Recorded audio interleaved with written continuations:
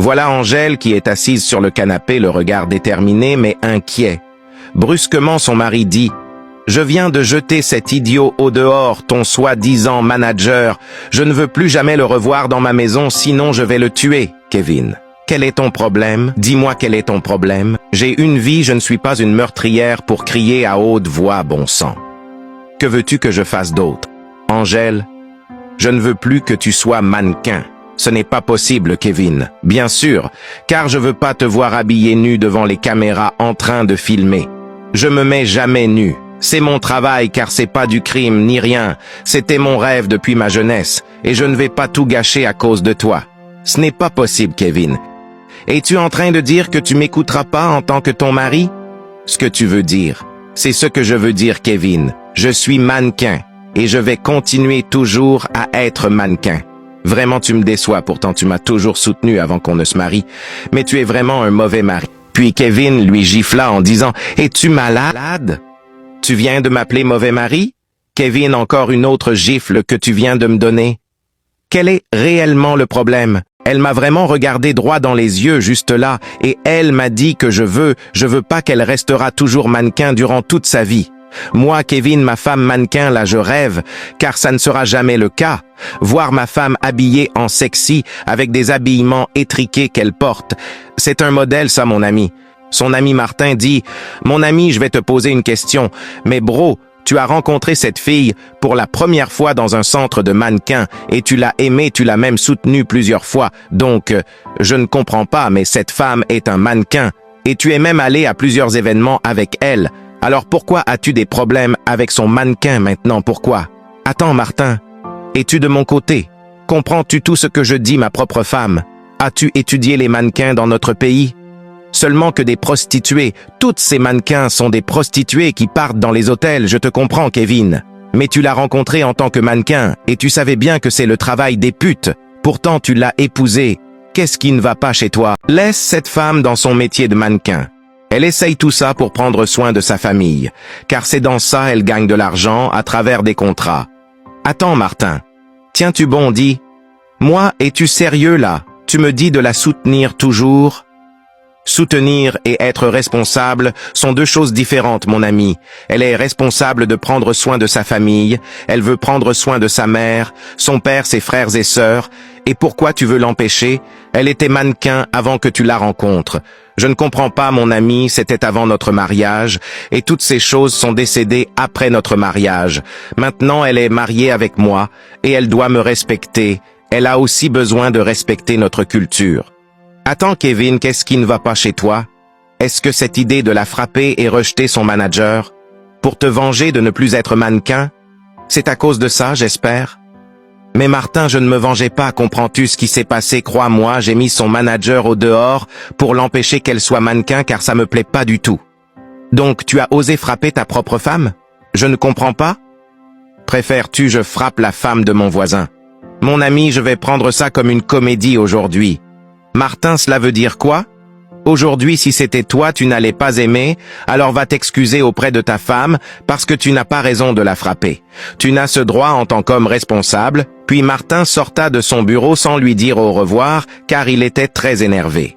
Mais en favori, et Kevin semble perdu dans ses pensées, se rendant compte de la vérité dans les mots de son ami, la tension dans l'air est palpable. Voilà l'ami de Angèle qui lui rend visite, puis Angèle dit « Je suis vraiment déçu de mon mari, car je ne peux pas imaginer car il m'avait toujours soutenu dès le départ et avant qu'on ne se marie, et il ne m'a jamais frappé ni crié sur moi.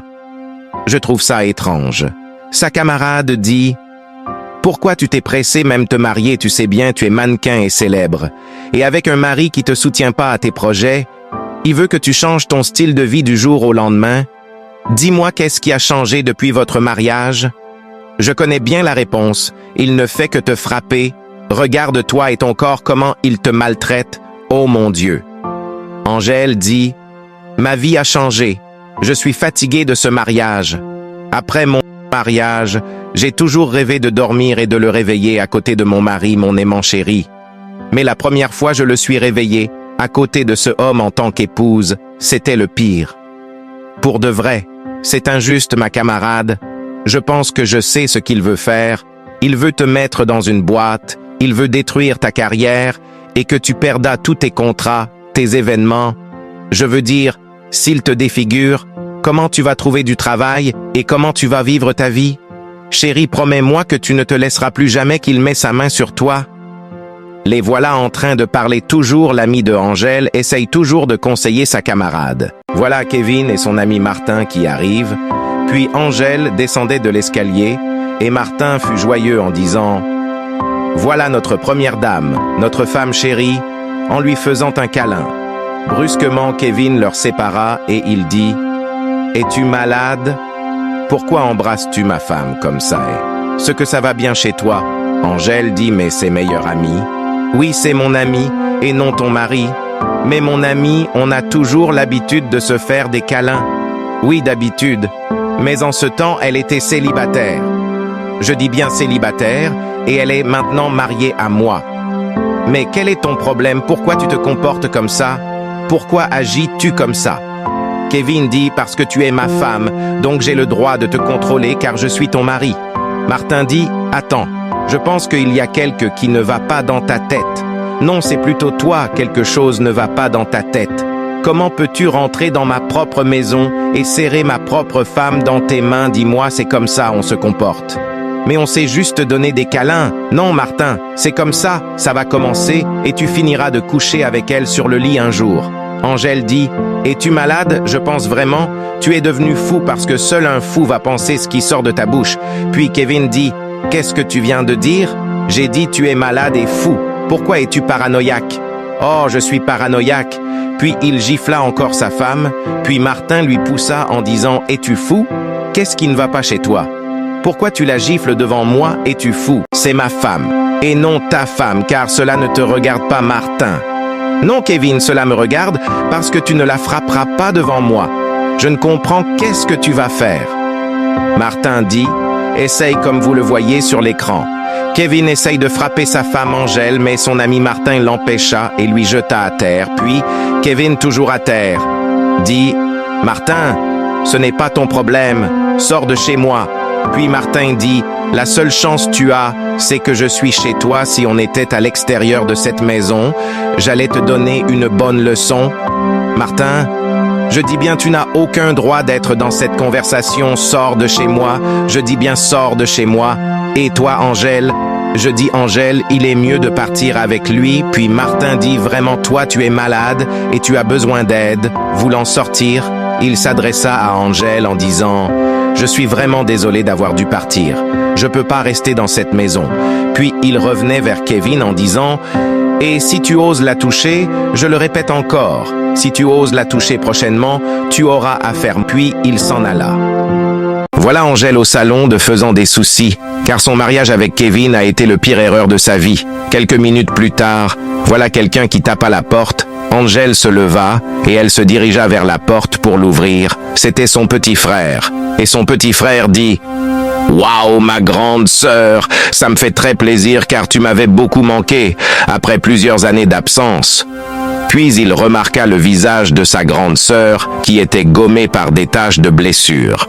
Il fut choqué, puis sa grande sœur lui dit de s'asseoir. Puis il dit « Grande sœur, qu'est-ce qui t'est arrivé? Dis-moi, que se passe-t-il?